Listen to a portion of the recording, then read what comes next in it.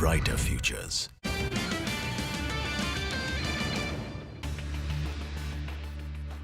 Welcome back. You're still watching Business Lunch on CNBC-TV18. Very, very quiet for the market. Just a day when I guess people are taking some time off, heading into the weekend, the festivities, and even the cash market volumes are pretty much on the lower side.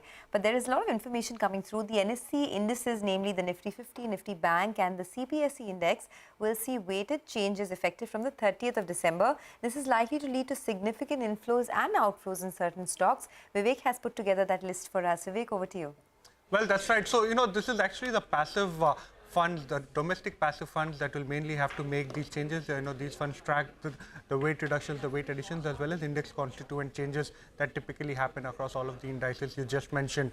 So what we are actually doing is, this particular time, there are no index constituent changes. Rather, there are some of the key weight reductions or weight additions that we are trying to highlight. So coming to the Nifty 50, the key additions in terms of weightage are in HDFC Life and Bharti Airtel. So expect $9 and $18 million respectively of inflows into this particular names. Remember, the changes will happen, or the actual buying and selling will happen in tomorrow's trading session, effective day after tomorrow. Weight reductions, as far as the Nifty is concerned, Bajaj Finserv and Bajaj Auto, $34 and $20 million of outflows respectively. Now coming to the Nifty Bank Index, some interesting names here.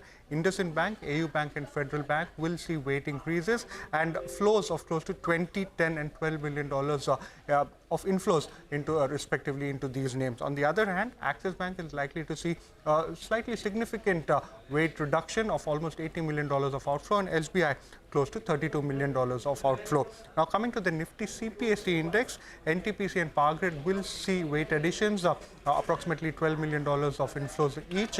ONGC will see a slightly material change of close to $21 million of outflow.